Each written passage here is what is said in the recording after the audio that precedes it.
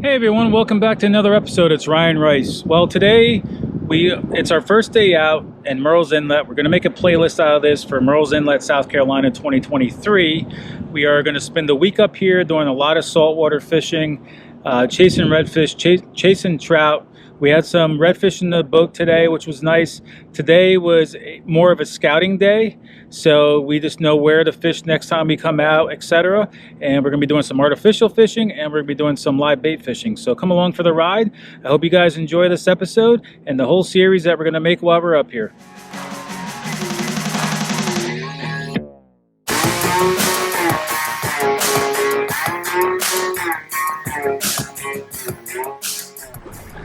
I don't know what it is about Murrells Inlet, even though it's just in my home state. I just love it. It's I just think it's beautiful. There's a lot of cool backwater marshes to visit. Today we're going to fish with artificial lures only. Tomorrow I may change over to some live bait action as well. Just saw a huge sea turtle pop the surface. I wish I got that on film.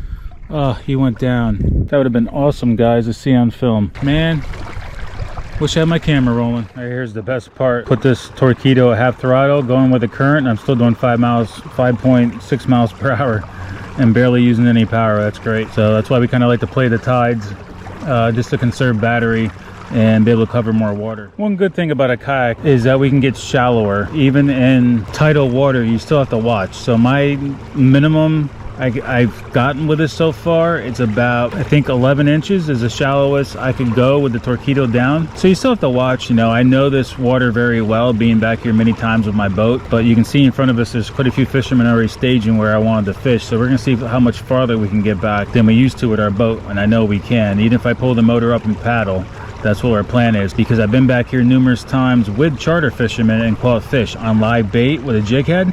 We're going to strictly do lures today. If today fails as far as catching any fish, we will do some live bait tomorrow as well. So we're hoping we can do some, nice artificial catches today. Even if you get one or two reds, I'll be happy with that. Lately I've been catching, trout on saltwater, so we're definitely after our redfish on this, guys. And there's a bunch of bait or something bigger floating right in front of us that came up this way. Yeah, I wasn't sure what that was, but that's our goal today, is to catch fish on artificials.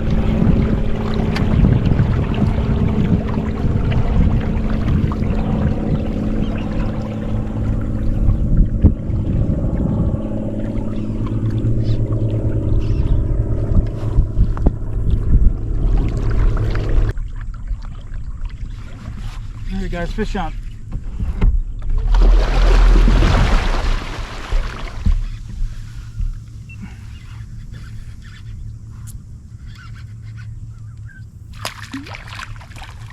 Yeah, it's a baby red, guys. Baby red. And he fell off. Alright guys, that's a beautiful little baby red there. Let's check him out.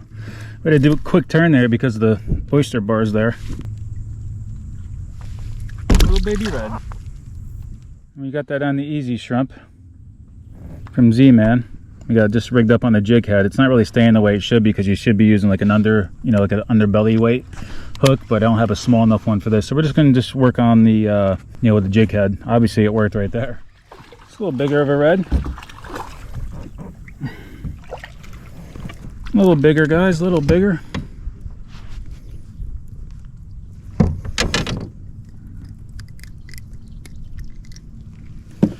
Alright guys, nice little redfish there. Nothing big, but still a nice little red as I just released them. Hopefully we just keep progressing here. We got two small ones, and the second one was bigger than the first, so hopefully the third one will be bigger than the second. You can see the bait fish. I don't know if you can see it there, but there's a bunch of bait fish going there, and they're getting chased right now, I can tell you that much.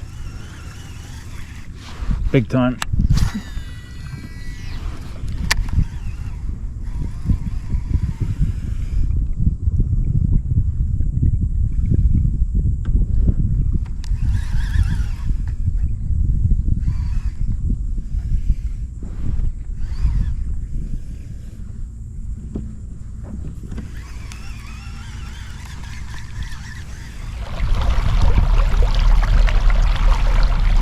So to try to get something a little bit bigger, we're going to change over to the diesel minnow in white. It seems like that easy shrimp in white with a chartreuse tail actually grabs some attention. I do have the mud minnow color, which I use quite a bit. That kind of matches the hatch.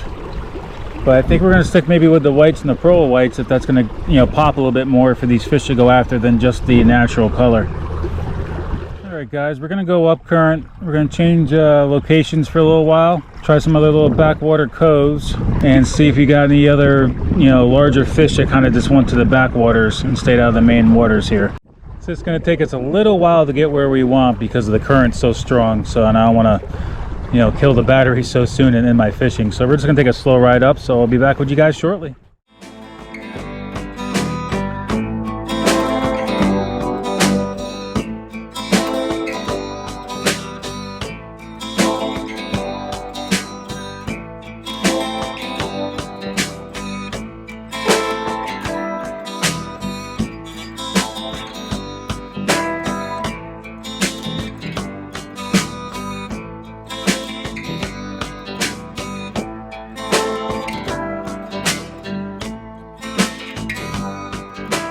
Alright, we got to our second destination. This way we're not fighting the current as much.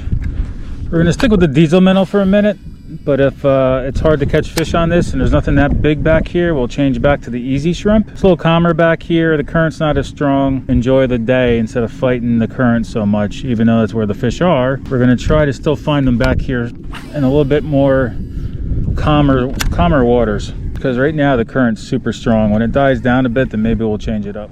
One thing that really bothers me is, you know, I'm passing another kayaker right now. It's a younger kid. He doesn't think that, don't think of things like this, but we're in very strong current, tidal water. And he doesn't have the PFD on, but it's not the law. I mean, come on, man. People got to teach these people the right thing. Parents got to teach them to wear a PFD. I don't care how strong of a swimmer you are. I'm a strong swimmer. Guess what? I wear a PFD all the time. It just bothers me, you know? Well, I would imagine that was a trout probably. Took half of the easy shrimp off. Just nibbling at it. Very smart. Not to take the whole thing in. We're actually going to change over, instead of an easy shrimp, we're going to change over to a jerk shrimp from Z-Man. Still pretty much white with the chartreuse, but I'll be able to rig this a little easier on the jig head. And it's got these tentacles right here that you can separate. And this just gives a lot of little floppy action in the water. It definitely seems like the shrimp style bait is doing better than like the diesel minnow. I think because there's just so much bait around here that the shrimp sticks out, even though there's a lot of shrimp here too. But I think it's just grabbing the attention a little bit more of the fish than when I was using basically a, you know, diesel minnow or a minnow itself from Z-Man. I don't know if you can see in front of us out there, but there's a boat drifting with a current. I mean, he must be doing like 2+3 miles per hour. That's how fast that current is out there. I mean, he's just drifting and he is booking. So the current gets really, really strong here, and for me to see kayakers not wear a PFD,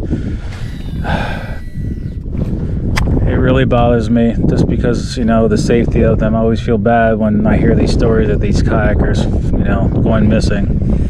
This current is strong, guys. I know most people that watch my channel wear the PFDs, but it's so important to wear one. You know, when it's 100 degrees out and you say, oh, it's too hot to wear one, dude, when it's 100 degrees and 100% humidity, whether you have one on or not, it's hot.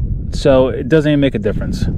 So that's not an excuse not to wear a PFD. You know, I used to be 350, sweat my butt off all day, and I wore a PFD. It does not make a difference when it's hot out.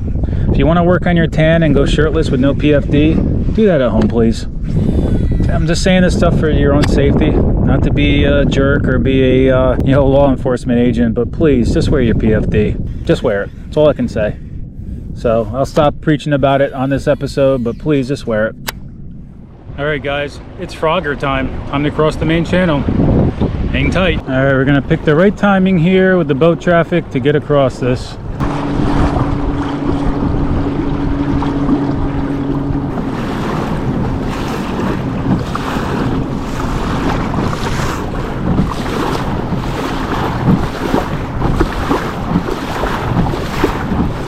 So we grabbed a good time here, guys. We grabbed a good time right here. We're full throttle, full throttle. Woo!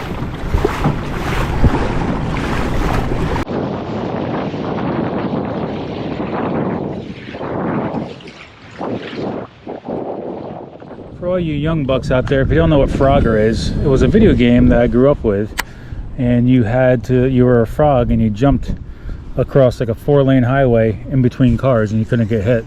That was the objective of Frogger, and that's pretty much how it is across the channel on the weekends down here in South Carolina with all the boats. It's like playing Frogger, so you gotta pick your right time to go across the channels. Always be alert and be ready for anything, any kind of cross wave to hit your boat. So you got to do it very strategically and safely.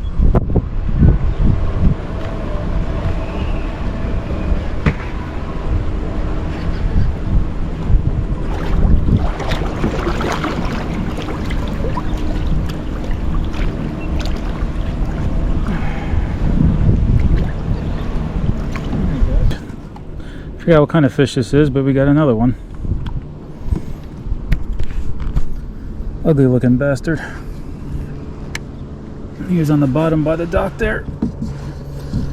We'll get him unhooked and away he goes.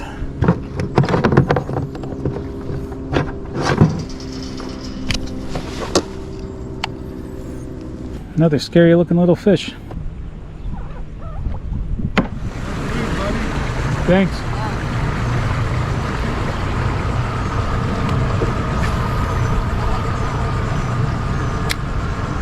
Alright guys, so I hope you guys liked this episode. You can see where I'm staying here.